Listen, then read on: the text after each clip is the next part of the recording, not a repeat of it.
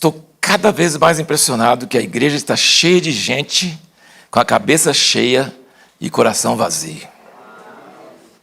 Estou cada vez mais vendo pessoas que gostam de ler livros, e vai em encontros, e vai em encontros, e vai em livros, e vê coisa, e vai no YouTube, e vai nisso aqui, mas não muda nada na vida.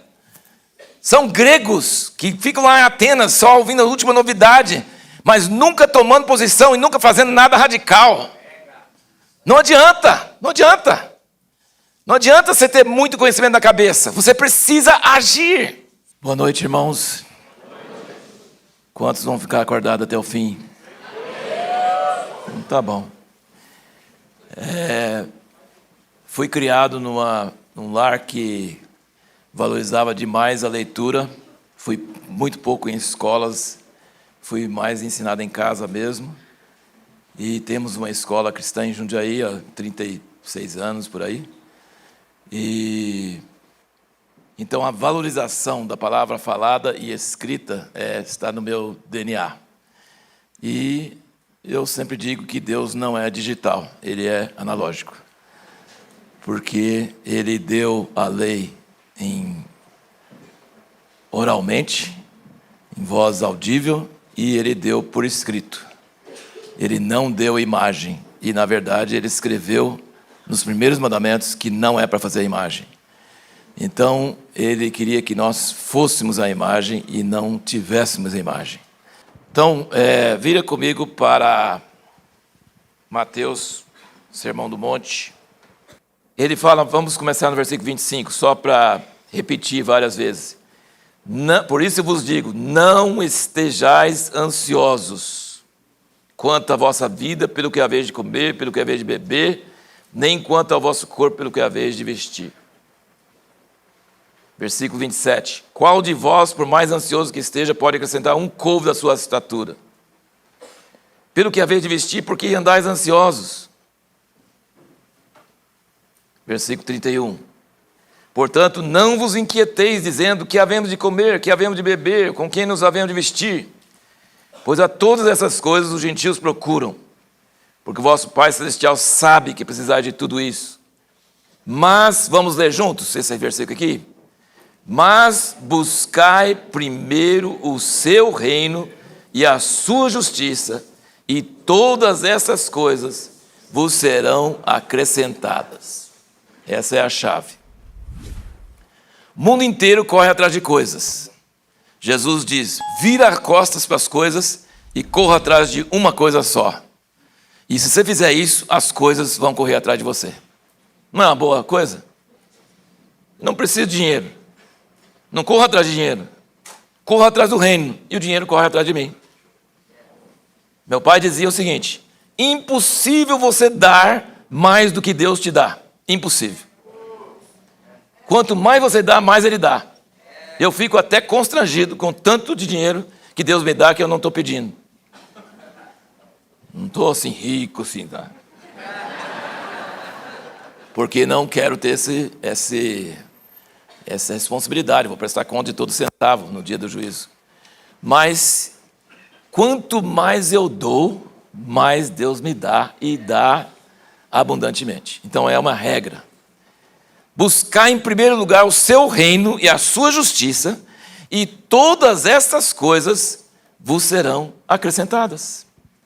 Eu não corro atrás das coisas, as coisas correm atrás de mim. Porque eu me viro e me recuso a procurar as coisas. E quero uma coisa só, o reino de Deus e a sua justiça. Isso simplifica a sua vida. Isso faz com que você seja uma pessoa em paz. Bateu o carro, e daí? Perder emprego, e daí? Não estou procurando coisas, estou procurando o reino. A minha vida não está à mercê das circunstâncias, não está à mercê dos meus esforços, minha vida está nas mãos de Deus. Eu procuro o seu reino e Ele procura o meu bem. Tudo o que for necessário, Ele faz correr atrás de mim. Logo, não preciso ficar agitado. Não preciso ficar inquieto, não preciso ficar ansioso, porque todas essas coisas, vosso Pai sabe que precisais dela. E, gente, às vezes, quando eu falo sobre isso, eu falo com as pessoas, porque aqui você pode notar que várias vezes ele fala todas essas coisas. Gente, vamos fechar os olhos um pouquinho, fecha os olhos um pouquinho, vamos fazer um exercício agora. Fecha os olhos e eu vou falar todas essas coisas. Pensa na faculdade, no emprego, nos boletos, na família, nos sonhos, nas preocupações, na doença, nos medos, nas dúvidas. Você vai ficar louco. E agora repita comigo assim. Todas essas coisas. Vamos lá. Todas essas coisas. Gente, todas essas coisas fazem a gente ficar neurótico. Tem que lembrar disso, tem que lembrar daquilo, tem que lembrar disso, tem que pagar isso, tem que fazer isso, tem que fazer aquilo, tem que fazer aquilo. Se você ficar com todas essas coisas na sua cabeça, você vai virar Acho que vocês falaram, alguém falou sobre burnout, você vai ter burnout. Porque o mundo hoje está complicado. Você vai, assim, Jesus falou, não preocupa com comer, beber e vestir. Bom, você vai vestir até resolver qual. Dá uma crise nervosa, não dá? Tem um amigo nosso lá, que ele tem na guarda-roupa, tinha, ano passado, só camisa branca, só. Porque senão ele começava a dar a crise, qual camisa que eu vou vestir hoje? Então, é só branca, só tem uma, então vai. Assim, a quantidade de detalhes, de coisas que podem dar errado, e tanta coisa, isso é uma coisa que ocupa espaço que devia ser para Deus. Devia ser para Deus. Nós temos pouco tempo para transmitir muita coisa. Mas o principal que eu queria é que Deus mudasse algumas vidas aqui hoje.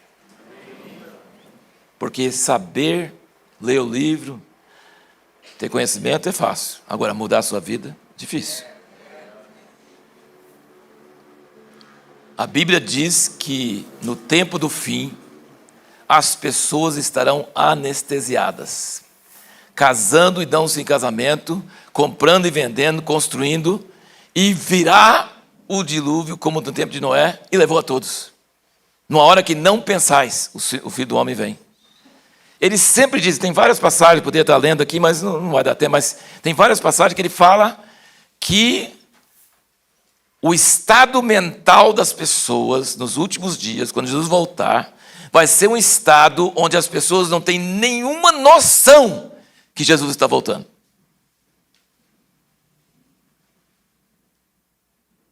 Meu pai era formado em história e nosso assunto ao redor da mesa sempre era a Bíblia ou as notícias atuais. Sempre. Eu sempre digo que história e geografia são as matérias mais bíblicas que existem.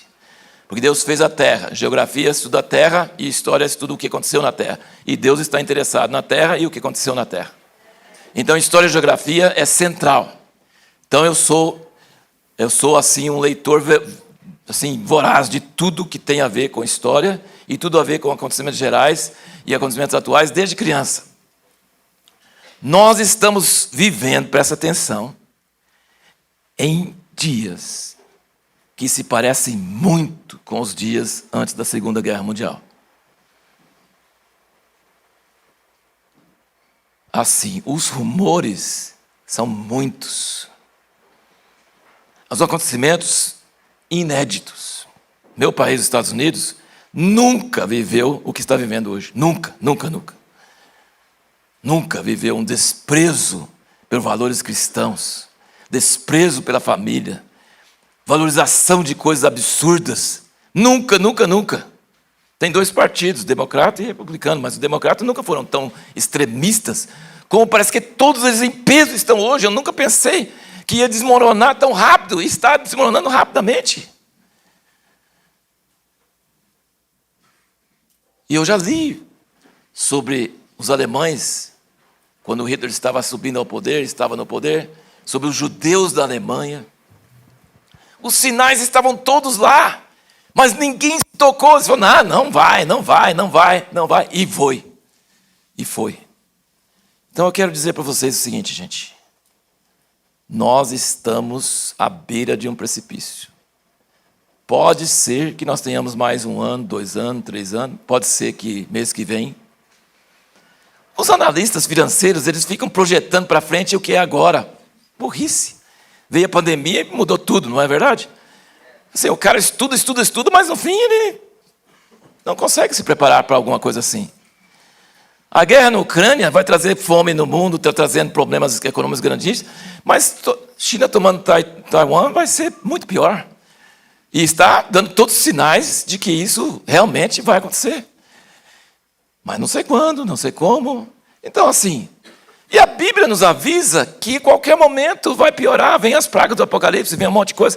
Então, gente, os noticiários e a Bíblia falam que você não pode se basear na sua conta bancária, no seu emprego, na estabilidade. Você não pode basear nessas coisas, porque de uma hora para outra, acabou. E nós acabamos de passar pela pandemia onde isso aconteceu. Então, como que as pessoas ficam tão anestesiadas, paradas, passando, achando que tudo vai continuar normal? Não vai continuar normal. Queira Deus que continue por mais um tempo assim. Queira Deus. 1 ano, 2 anos, 3 anos, 4 anos, pode ser. Deus é misericordioso, Ele mantém a coisa, Ele mantém, Ele que está no controle. Eu não estou torcendo para o pior, não estou torcendo para o pior de jeito nenhum. Eu estou só falando, vai acontecer. A Bíblia diz que vai acontecer. A sabedoria de olhar o que está acontecendo no mundo diz que vai acontecer. Então vai acontecer. Então você está... Eu não posso usar palavrão, então... Complete aí. Se você não se preparar agora para os dias que virão, você precisa achar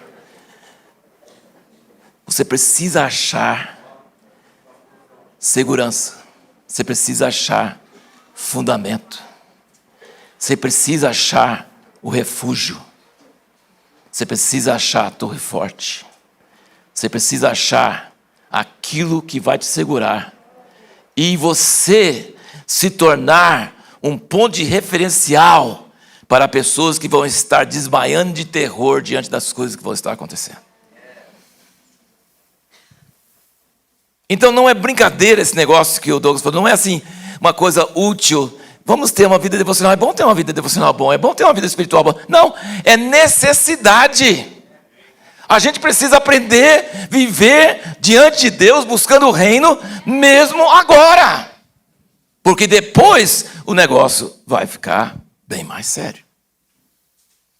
E não é simplesmente uma questão de disciplinas espirituais, de ler livros bons. Não. É uma mudança de atitude, uma mudança de coração, uma coisa radical. E quando eu falo de coisa radical, gente, eu estou falando de coisa séria.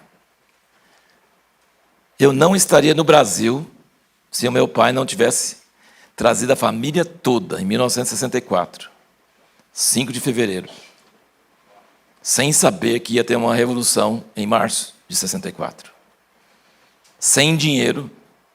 A única renda que ele tinha era $100 que minha avó dava para ajudar com a escola. Não tinha renda nenhuma, de nada. 6 filhos, para um país estranho. E sabe por que ele veio? Porque Deus falou com ele, é hora de sair desse país.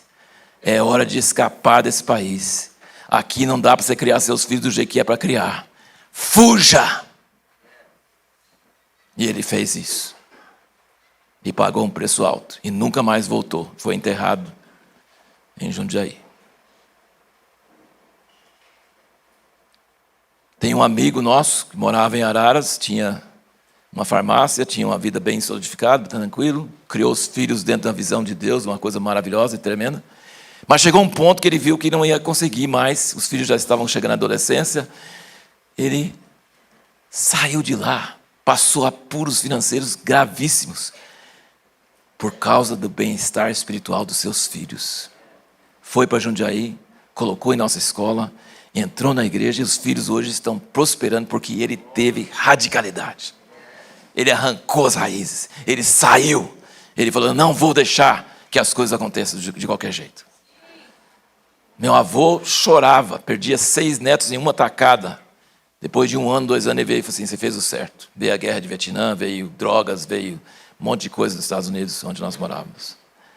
Então, irmãos, quando nós falamos de buscar o reino em primeiro lugar, não é teoria, não é, sim, só uma coisa interessante, não.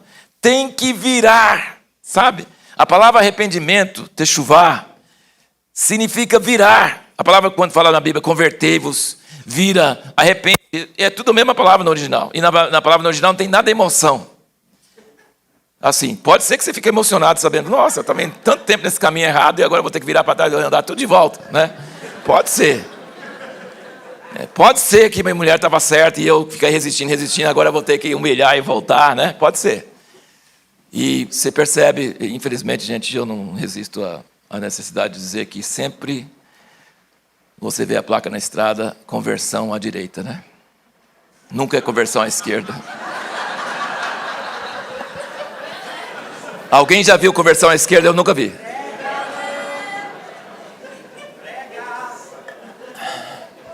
E quando falar conversão à esquerda, ou à direita, quer dizer...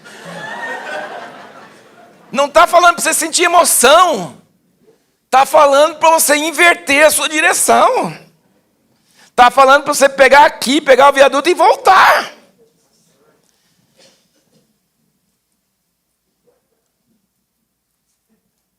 Estou cada vez mais impressionado que a igreja está cheia de gente com a cabeça cheia e coração vazio.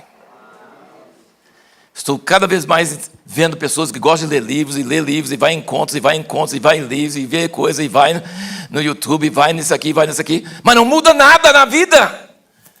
São gregos que ficam lá em Atenas só ouvindo a última novidade, mas nunca tomando posição e nunca fazendo nada radical. Não adianta, não adianta. Não adianta você ter muito conhecimento na cabeça, você precisa agir. Parte do que eu aprendi de Deus nessa crise minha de saúde é que Deus quer aprofundar o conhecimento mental para um conhecimento visceral.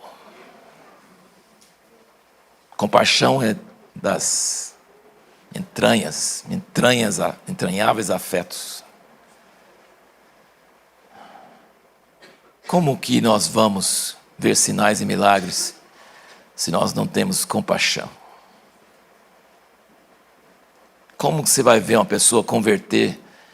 Você não vai converter ele pela mente, pela fórmula, pelo afeto, profundos afetos. Então Deus quer mudar uma igreja de gregos, uma igreja de pessoas que se curtem, sabe, coçar os ouvidos e aprender coisas novas e ler coisas novas. Ele quer converter essa igreja para uma igreja que ama profundamente e que tem coragem de fazer coisas arriscadas por causa do reino de Deus e a sua justiça. Não é fácil, mas é maravilhoso. Abraão não ficou estudando um curso, ele obedeceu. Sai da sua terra e vai para a terra que eu te mostrarei. Abraão sabia que matar o filho era uma coisa estranha, mas Deus mandou, e ele sabia que era Deus. Falou assim, eu vou porque Deus vai ressuscitar ele, vai fazer alguma coisa, porque Deus não brinca. Então assim, nós precisamos urgentemente mesmo de uma mudança de posição. Sabe, você precisa virar suas prioridades.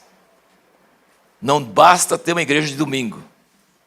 Não basta ter uma gaveta onde Deus está lá. Ele tem que ser tudo ou nada. Amarás o Senhor teu Deus de todo o teu coração, toda a tua alma, todo o teu entendimento. Tem que ser tudo, não pode ser meio termo. Ali, as 7 cartas para as igrejas em Apocalipse. Qual é o primeiro problema da primeira igreja? Ele elogiou tanta coisa naquela igreja que quase que a gente queria achar uma igreja daquele jeito.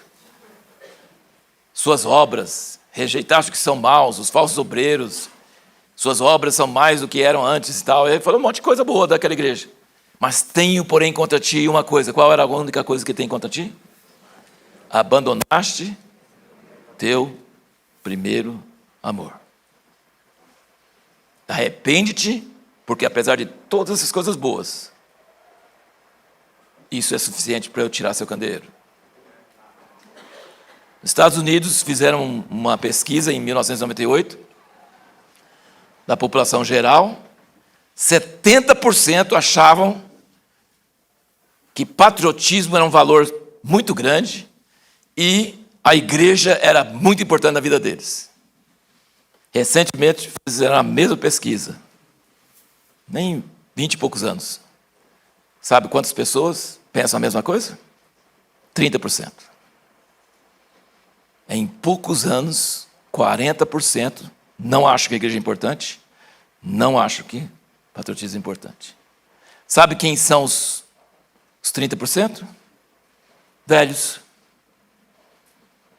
Os velhos, membros de igreja, dizimistas, pessoas fiéis, pessoas de caráter, pessoas boas, pessoas centradas, pessoas de família, pessoas de valores, mas não conseguiram afetar seus filhos, não conseguiram afetar a nova geração.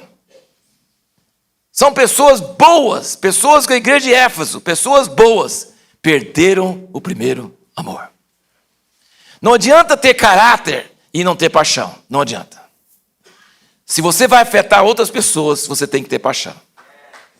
A paixão tem que ser forte, ele tem que ser grande. Se você quer que seus filhos comprem a sua paixão, eles precisam ver você apaixonado. Senão, não vai mudar nada. Então nós precisamos não só ficar animados em reuniões e cantando e alegre. Não, nós precisamos falar: Deus, faz com que a gente vire as costas para todas essas coisas e que a gente volte para o Senhor de todo o coração, de toda a alma. E você sabe que a Bíblia não fala muito sobre achar Deus, não. A Bíblia fala sobre buscar Deus. A Bíblia nunca fala muito sobre achar Deus, porque ele é achado quando ele quiser. Não tem regra para achar ele. Entendeu? A Bíblia não fala assim: você tem que achar Deus. Não. Não tem que achar, não. Você tem que buscar. Você tem que buscar Deus. Pegar a palavra buscar Deus na Bíblia é demais. É demais. As promessas para aqueles que buscam a Deus. Aqui ele fala: busca o seu reino e a sua justiça. Ele não falou acha, ele falou busca. Ele não fala acha, ele fala busca. Quantos aqui gostam de procurar uma coisa que perdeu? Vocês gostam? É divertido? Você está saindo de casa, cadê a chave do carro? Você vai procurar, você acha bom? É divertido procurar a chave? Procurar uma coisa que você sabia que devia saber, estava ali. Gente, buscar é chato, é ruim. Mas é o que Deus mais quer que você faça, é buscar Ele. E não busca do mesmo jeito, não, tá? Que tem criança que vai para o quarto e fala: não, mãe, não achei, porque procurando uma hora não achei. Mas sabe o que estou fazendo? Abrindo gaveta, fechando gaveta, abrindo gaveta, fechando gaveta. Se não está na gaveta, procurou debaixo do tapete, debaixo da cama, você está em qualquer outro lugar. Mas assim, buscar a Deus não é assim: quantas horas de oração eu fiz. Não, você está orando do mesmo jeito e não achou, ora de outro jeito. E pergunta: será que Deus está esperando que eu faça alguma coisa do que Ele já falou da última vez e eu estou orando ainda? Conhece a oração de Balaão? Vocês conhecem a oração de Balaão? Deus falou assim: eu não quero que amaldiçoe esse povo. Deus, o senhor mudou de ideia? Ah, mudei de ideia, pode ir. O anjo vai lá matar ele. Sim. A moça pergunta para Deus: é para casar com fulano? Ele fala: não, o cara não presta para nada. Aí depois ela olha de novo: Deus, será que é para casar com o cara? Ele fala assim: vai casa, vai se lascar. Se você ficar orando uma coisa que Deus já falou que Ele não gosta, que Ele não quer, e você fica insistindo, Ele vai falar assim, vai se lascar. Ele vai falar isso. Porque Deus não é assim de impor. Ele é um Deus, Ele quer saber. Gente, e eu brinco que eles dizem que o homem é objetivo, né? O homem é objetivo e quando ele quer uma coisa, ele fala aquela coisa. Ele não fica querendo que você adivinha, sabe? E é verdade. O homem é assim, ele fala e, sabe, mas mulher não é não. Mulher não quer falar o que ela quer que você adivinha. E nesse caso, Deus é igual a mulher, viu? Fala assim, Deus desembucha, fala o que você quer. E fala assim, adivinha? Olha pra minha cara. Você anda comigo tanto tempo, você não desconfiou até agora? Nossa, Deus é muito frustrante, mas é isso mesmo. Então você precisa entender que Deus está muito mais ligado no seu sentimento, na sua percepção, no seu interesse, na sua curiosidade, sabe? Do que em você simplesmente obedecer. Para obedecer, tem milhares de anjos que fazem muito mais rápido que você e muito melhor. Ele está interessado em você. Você se interessa por mim, você quer saber o que eu sinto? Você quer saber o que me agrada? Você realmente quer saber? Tem alguns momentos na Bíblia que são assim, tremendos. Quando Moisés fala assim, risca meu nome do livro da Bíblia, no livro que você escreveu, ou então, assim, ou salva esse povo. E Deus fala assim, não, risca quem eu quiser. Ele falou, risca quem eu quiser. Mas no próximo capítulo ele fala, eu te conheço pelo seu nome, você achou graça aos meus olhos. Ele foi tocado por Moisés. Moisés achou um nervo do coração de Deus. Moisés falou assim, eu não quero salvação, eu não quero nada, não quero nem estar no teu livro. Eu quero a tua honra, a tua glória, eu quero o teu povo, eu quero o teu propósito. E Deus falou assim, não, eu vou riscar quem eu quiser, não vou riscar você não. Mas ele falou, eu te conheço por teu nome, você achou graça aos meus olhos. E Moisés falou assim, então me revele a tua glória, me mostre os teus caminhos. É um dos pontos mais altos da Bíblia, é um dos pontos mais altos. E outro é quando Davi fala, eu vou fazer uma casa para Deus. Deus falou assim, eu nunca falei isso para ninguém. Você não vai fazer não. Mas Deus gostou. Eu nunca falei para ninguém. Mas Deus achou bom. Deus achou joia. Então, eu estou propondo para vocês que o único jeito de viver uma vida espiritual no meio de uma geração agitada, cheio de pressões, cheio de atividades, cheio de cobranças, cheio de responsabilidades, é você ter o coração totalmente voltado para buscar a Deus, para querer a sua vontade. E sabe para isso, sabe o que você precisa? Perder a vontade das outras coisas. Você precisa dizer, olha, se tiver bem, se não tiver amém, eu quero é Deus. Eu quero é Deus. Sabe, uma pessoa que tem essa atitude, se uma criança chegar para ela e começar a falar alguma coisa, ela sentir que Deus está falando, ela para tudo e vai ouvir o que a criança está dizendo. Se um incrédulo falar alguma coisa, mas ela sente que Deus está falando, ela para tudo, ela abre o caminho. Ela está procurando Deus. Ela está procurando Deus. E Deus tem um jeito bem estranho de agir. Ele nunca fala igual. Ele nunca repete a mesma coisa. Ele aparece quando você menos espera, aparece com as pessoas que você menos espera. E então, assim, se nós estamos buscando Deus, a gente larga tudo quando Ele aparece. A gente abre espaço para Ele.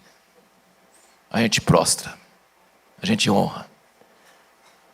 A gente dá lugar para Ele. Ele é o principal. Eu quero é Ele. Agora já busquei 30 dias, 40 dias, não senti nada dele, mas eu vou procurar ele. Quanto mais eu procuro, mais eu fico desesperado, mais eu quero. Mas o dia que ele aparece, eu abro espaço para ele. Sabe o que acontece? Você fica livre de ansiedade, preocupação, porque você só quer uma coisa só. E Deus é fiel. Ele cuida da gente. Ele cuida da gente. Ele cuida das coisas. Ele sabe que nós precisamos de muitas coisas. E Ele cuida dessas coisas. Mas nós precisamos ouvir a voz dEle. E agora, só tornar um pouquinho mais prático. Uma força delta, forças especiais, ou mesmo destacamento do exército, quando eles vão para um lugar no meio de uma terra inimiga, qual a maior necessidade deles? O que vocês acham? A maior necessidade é um grupo pequeno de pessoas que estão invadindo um terreno de inimigos e eles vão estabelecer um acampamento ali. Qual a maior necessidade deles? O que vocês acham que é a maior necessidade deles? Suprimentos são importantíssimos, mas não é a maior necessidade. Armas são muito importantes, mas não é a maior necessidade. Visão? Exatamente. Eles precisam de meio de comunicação com o comando geral. Porque senão eles correm perigo de matar amigos. Ou eles correm perigo de ser tomados por surpresa do inimigo, né? Eles precisam de comunicação. O que Abraão fazia em todo lugar que ele armava a tenda dele? Vocês lembram? O que ele fazia? Altar. A primeira coisa é o altar. Eu falei, eu não posso ficar num lugar sem antena. Eu tenho que ter uma antena, porque se eu não tiver ligado com a sede, com o comando geral, estou ferrado. Não aguento ficar assim, vocês estão me impulsionando para usar essa palavra. Depois me ensina a palavra espiritual que substitui isso aí, mas eu acho que não tem. Não sei se tem. Gente, nós precisamos mais do que tudo ouvir a voz de Deus. Porque fé não é fazer coisa louca. Fé não é largar o emprego. Fé não é mudar de cidade sem nada para daí achando, não, Deus vai cuidar, não. O diabo falou para Jesus, escrita aqui, pula aqui que ele vai te dar. Não. Jesus falou, não. Fé não é você ser louco. Mas fé é ouvir a voz de Deus e obedecer mesmo parecendo louco. Pode parecer louco, mas Deus falou. Eu não vou morrer porque Deus falou que eu não vou morrer agora. Então eu não sou louco. Mas eu não vou parar de fazer quimioterapia, certo? Porque Deus ainda não falou. Ele falou, calma lá, não tenha pressa. Então eu vou continuar fazendo quimioterapia. Se tiver alguma solução médica melhor também, vou fazer. Mas eu não estou confiando em nada dessas coisas, estou confiando em Deus. Mas a voz de Deus é nossa segurança. Nós precisamos ouvir a voz de Deus. Nós precisamos conhecer a sua voz. E você só vai conhecer a voz de Deus se você começar a acreditar que está ouvindo e fazer. E às vezes você vai achar que é e não é, e dá com as burro na água, né? Sim. Mas aí você aprende. Não foi Deus não. Qual foi a pessoa que Deus mais usou no dia de Pentecoste? Pedro. Quem deu mais fora no tempo de Jesus? Pedro. Então assim, não adianta que você fale assim, eu vou ouvir a voz de Deus e vou saber o que é, sem errar. Tem que acreditar, é Deus, vou fazer. E quando você é a pessoa atirada assim, Deus vai começar a falar com você, e você vai aprender, e você vai ouvir a voz de Deus. E gente, nós precisamos ouvir a voz de Deus. Mais do que qualquer outra coisa. Mais do que qualquer outra coisa. Essa é a maior necessidade. O que eu devo fazer? Eu preciso ouvir a voz de Deus. E Deus não explica tudo, Ele explica talvez um primeiro passo. Ele explica alguma coisinha. Mas você vai andando, e isso se chama fé. Andar pela fé. sabe? Então você precisa buscar Deus e você precisa atender a voz de Deus. E aí você vai estar preparado para qualquer coisa que vai acontecer no mundo, porque Ele é o comando geral. Ele sabe, Ele tem a estratégia, tem todas as peças no lugar certo. Toda vez que eu precisei de fazer alguma coisa, Deus mandou a pessoa certa, a hora certa. Ele nunca nos deixa na mão. Então, a gente não precisa ficar preocupado, a gente precisa preocupar em uma coisa só: prestar atenção na voz de Deus. E obedecer rapidamente. Quando Ele fala pula, pula. Quando Ele fala faz, faz. E aí você está seguro nas mãos de Deus. E terminando então, a disciplina para isso. Tem uma disciplina. Mas a disciplina não vale nada se não mudar o coração, certo? Por isso que eu passei a maior parte do tempo falando sobre o coração. Mas a disciplina é necessária em nossas vidas corridas e diárias. Você precisa ler a Bíblia toda, sempre. Toda, sempre. Você não pode ler só as partes que você gosta, você tem que ler a Bíblia toda. Sabe aqueles nomes todos? Leia todos. Sabe aquela parte do açougue lá de Levítico? Leia tudo.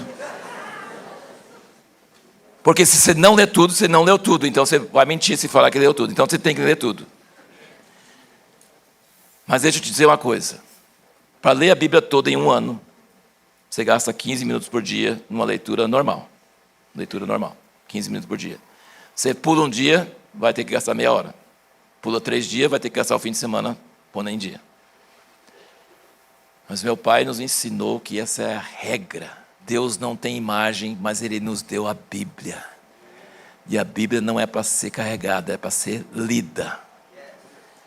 E você, se não ler a Bíblia toda, você está à mercê de engano. E o engano vai graçar forte nesses últimos dias. Pessoas usando textos bíblicos e parece que é verdade, e o diabo cita a Bíblia, tá? O diabo citou a Bíblia para Jesus e Jesus citou a Bíblia de volta para ele.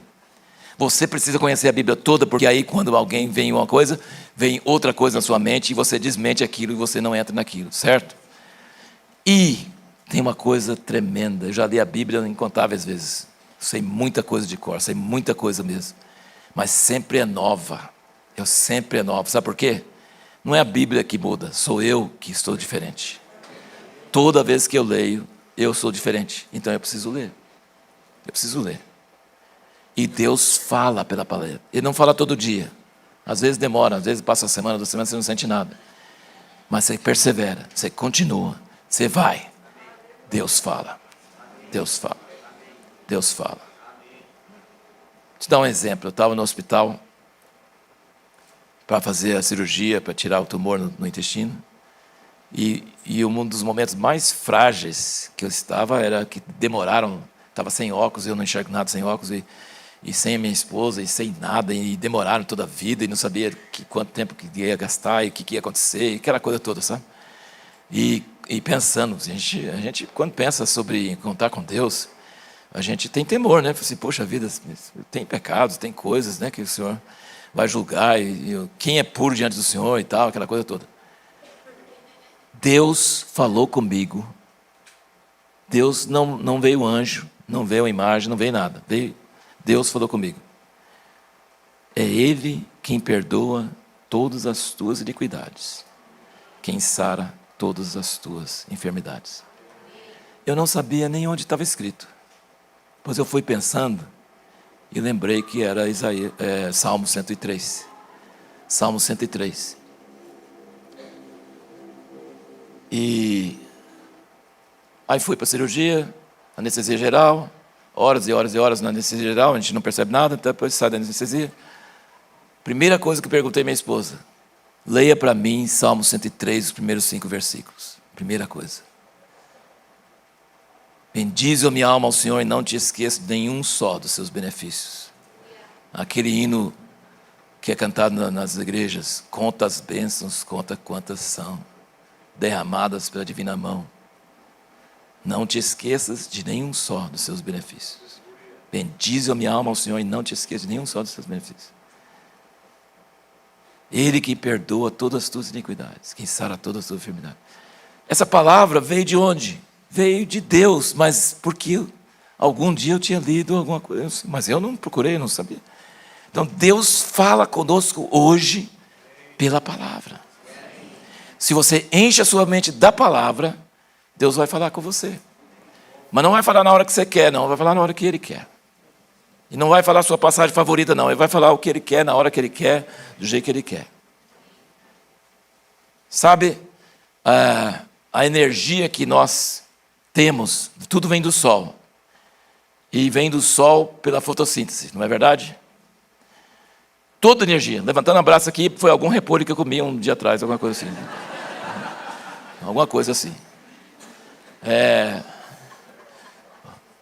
Sim, não tem energia que não tenha vindo do sol. Nosso biológico não tem, ele todo veio do sol. E as folhas verdes captaram por fotossíntese.